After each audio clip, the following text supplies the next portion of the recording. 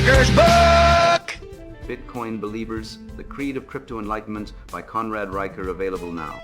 I once watched a woman at a coffee shop test her boyfriend like he was some lab rat in a feminist experiment. She pretended to drop her wallet just to see if he'd pick it up.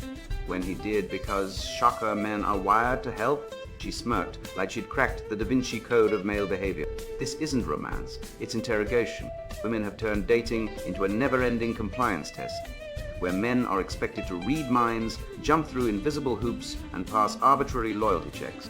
And if we fail, instant villain status. But here's the truth. These tests aren't about finding a good man. They're about control. Take the classic. Does he offer to pay without being asked? Trap. Women claim it's about thoughtfulness, but let's be real. It's a shakedown. If a man pays, he's upholding the patriarchy. If he doesn't, he's cheap. Heads she wins, tails he loses. Evolutionary psychology explains this perfectly. Women are hardwired to seek providers, but modern feminism has gaslit them into pretending they don't want one. So they play these games, dangling their approval like a carrot, while men run in circles. I've seen guys go broke trying to prove their worth, only to get dumped for not being emotionally available. Translation: he was too busy working to pay for her lifestyle to also be her 24/7 therapist. Then there's the pretending to be insecure in bed test. A woman fakes vulnerability to see if her man will reassure her.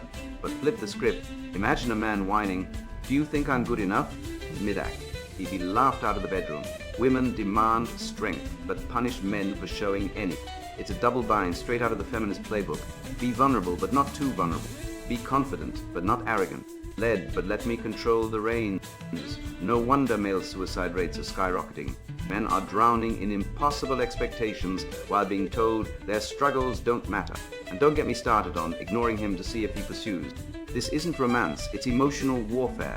Women pull away to gauge a man's desperation, then label him needy if he chases in cold. If he doesn't, it's like setting a bear trap and then blaming the bear for stepping in it. Meanwhile, men are expected to tolerate these mind games with a smile or risk being labeled fragile. The irony. Feminists scream about toxic masculinity, but nothing is more toxic than a culture that rewards women for weaponizing emotions and punishes men for having any. Here's the bottom line. Relationships shouldn't be a minefield of psychological traps. If women truly wanted equality, they'd drop the tests and start treating men like human beings, not malfunctioning vending machines. They can kick until free validation falls out. Until then, men need to wise up, stop playing a rigged game. Walk away from the manipulators. And for God's sake, stop apologizing for being men. Bitcoin Believers, The Creed of Crypto Enlightenment by Conrad Riker. Buy now. Links below video.